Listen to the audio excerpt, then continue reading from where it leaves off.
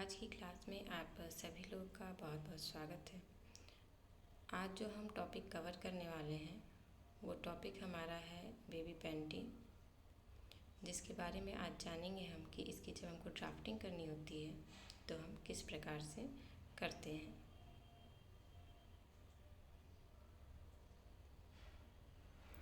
जो baby panty आज हम लोग देखेंगे वो विथ लेग की है, क्योंकि बेबी पैंटी विदाउट लेग की टॉपिक को हम पहले ही कवर कर चुके हैं। तो आज हम बेबी पैंटी बनाएंगे विथ लेग की।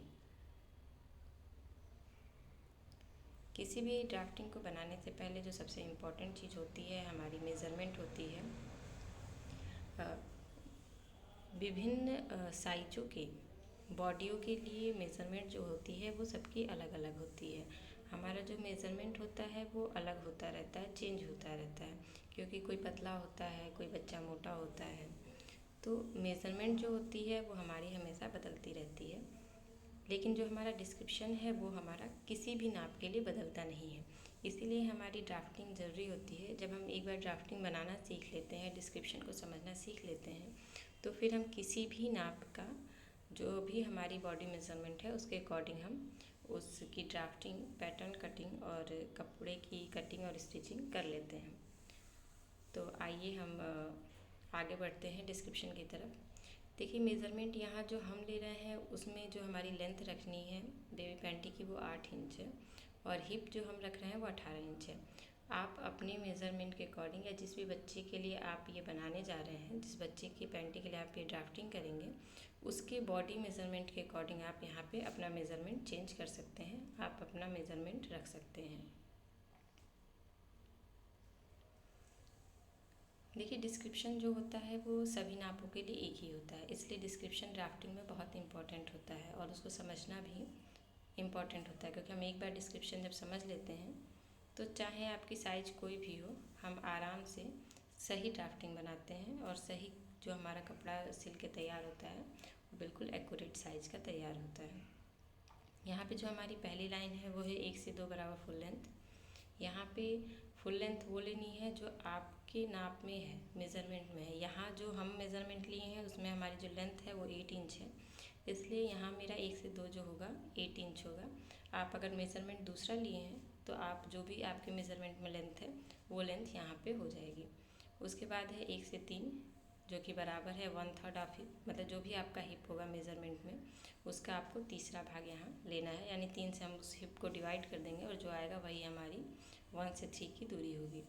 इसके बाद आप लेंगे 3 से 4 जो कि बराबर होगा 1 से 2 के। उसके बाद हम लेंगे 4 से 5 बराबर 3/4 इंच। जो 3/4 इंच होता है उसे हम 1/4 इंच के नाम से, मतलब 1/4 इंच भी कह सकते हैं।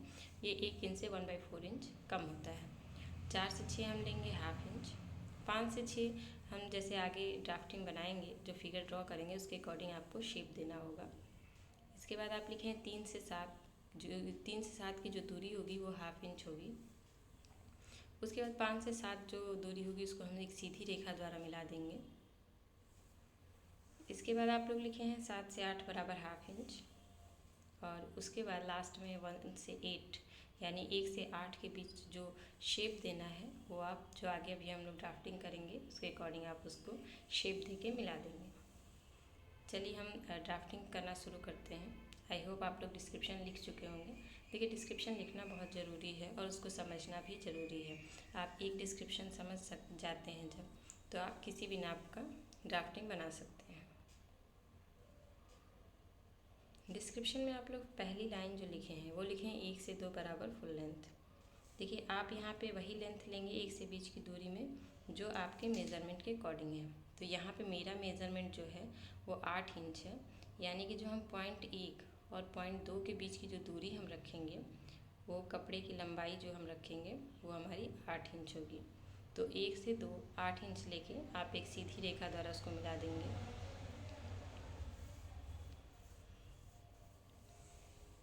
इसके बाद आप लोग लिखे हैं दूसरी लाइन 1 से 3 बराबर होगा 1/3 ऑफ हिप, यानी कि जो भी आपका मेज़रमेंट में हिप है उसका तीसरा भाग आपको जो लेना है वो आपके बेबी पैंटी की चौड़ाई होगी। तो 1 से 3 1/3 ऑफ हिप लेना है। मेरा यहाँ मेज़रमेंट में हिप 18 इंच है, तो जब हम 18 में 3 से भाग देंगे यानी 3 से डिवाइड करेंगे तो हमारा 6 आएगा, यानी कि 1 से 3 की जो दूरी होगी वो हमारी 6 इंच होगी। तो 1 से 3 आप 6 इंच लेके एक सीधी रेखा द्वारा उसको मिला देंगे। इसके बाद की लाइन में आप लिखे हैं 3 से 4, जो कि बराबर होगा 1 से 2 के, यानी कि जो दूरी बिंदु 1 से बिंदु 2 की है यानी कि 8 इंच है, वही दूरी हमारी बिंदु 3 से बिंदु 4 की होगी, और इसको भी हम आपस में सीधी रेखा द्वारा मिला देंगे। इसके बाद आप लोग लिखे हैं 4 से 5 = 3/4 इंच, यानी कि 1.25 इंच। ये हम 4 से 1.5 ले लेंगे, जो कि 3/4 इंच की डिस्टेंस पे होगा। अभी हम सिर्फ इसका पॉइंट लगाएंगे। इसके बाद आप 4 से 6, जहाँ पॉइंट 4 है वहीं से एक पॉइंट हम 6 लेंगे, जो कि आधे इंच की दूरी पे होगा। अब 5 से 6 आप लोग लिखे हैं डिस्क्रिप्शन में 5 to 6 draw shape as per figure, मतलब जैसा अभी आप लोग को फिगर में दिखाई दे रहा है बिल्कुल वैसा ही आपको पॉइंट 5 और पॉइंट 6 को आपस में एक दूसरे से कर्व शेप देते हुए मिला देना है। इसके बाद आप लोग लिखे हैं 3 से 7 = 1/2 इंच। तो 3 से आप आधे इंच की दूरी पे एक बिंदु 7 लगा देंगे, और फिर आप लिखें कि 5 to 7 draw a straight line, मतलब बिंदु 7 से बिंदु 5 को हमको एक सीधी रेखा द्वारा मिला देना है। इसके बाद आप लिखें 7 से 8 = 1/2 इंच, मतलब बिंदु 7 से हमको एक बिंदु 8 लेना है जो आधे इंच की दूरी पे उससे होगा। उसके बाद हम बिंदु 8 को बिंदु 1 से, जिस प्रकार से अभी आपको फिगर में शेप दिखाई दे रहा है उसी प्रकार से मिला देंगे। और यहाँ फोल्ड का मतलब ये है कि जो 1 से 2 वाली लाइन है, जब आप उसको पैटर्न पे काटेंगे, मतलब पेपर पे कट करेंगे या फिर कपड़े पे कट करेंगे, तो वहाँ पे आपका कपड़ा फोल्ड होगा, मुड़ा हुआ होगा।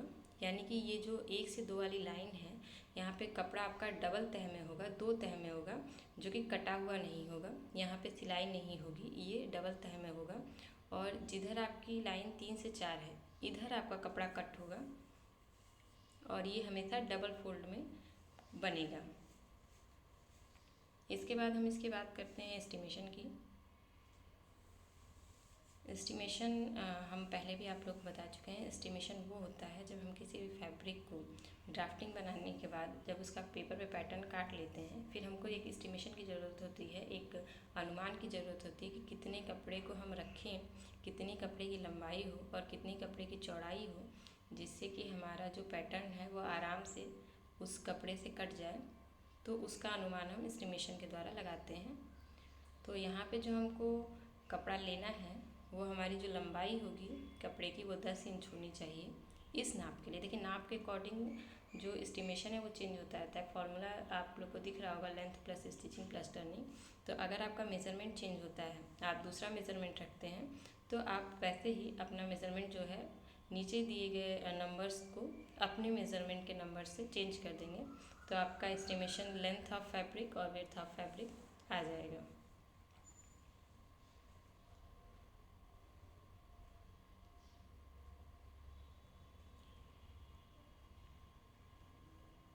मैं आशा करती हूँ कि ये जो क्लास हुई, जो हम लोगों ने टॉपिक कवर किया, आपको समझ में आ गया होगा, और ये भविष्य में आपकी मदद करेगा अलग अलग नापों की ड्राफ्टिंग बनाने के लिए। आप लोग का बहुत बहुत धन्यवाद।